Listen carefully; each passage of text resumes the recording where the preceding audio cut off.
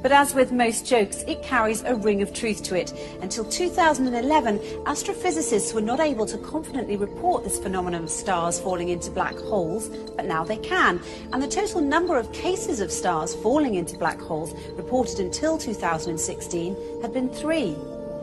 Interestingly enough, although it's not an astrology book, there's an entire chapter in the Quran called The Star, and the first verse of that chapter is, "By the star when it falls." In this chapter, the Quran describes characteristics of a place so similar to what we now know as fitting the description of the black hole that it will send a shiver down your spine.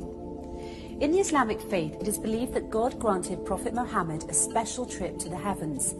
This trip was miraculous, of course, as there was no technological way the Prophet could have taken such a journey at the time, seeing as how planes hadn't even been invented, let alone rocket ships.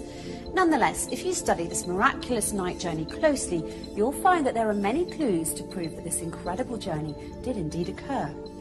Not only that, where it took place turns out to be of great interest too, because astonishingly enough, the description of the area the Prophet ascended to matches the characteristics of what we now know about the black hole. So let's look at what we now know about the black hole through the recent discoveries of science and compare it to the mysterious area the Quran describes in its pages as part of this miraculous night journey the Prophet took. Firstly, in verse 16 of chapter 53, the Quran describes this place in space as very dark. In fact, it describes it as darkness covered or draped in darkness, which is not surprising. Space is a pretty dark place.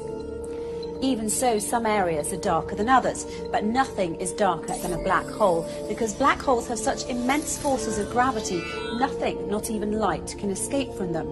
That's why they're black. And because they're black, they are veiled from direct observation. They nevertheless reveal themselves indirectly, as scientists have special tools that can help them see how stars that are very close to black holes act differently than other stars because of the immense force of gravity that black holes have, and this helps them identify the location of black holes. We are looking into space, towards a galaxy, a giant galaxy, 500 billion light years away from us. Sorry, 500 billion kilometers away from us.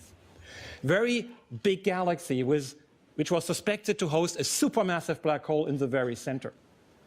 101 years ago, someone discovered a streak of light, which is plasma shooting out of the center of the Milky Way, marking the supermassive black hole.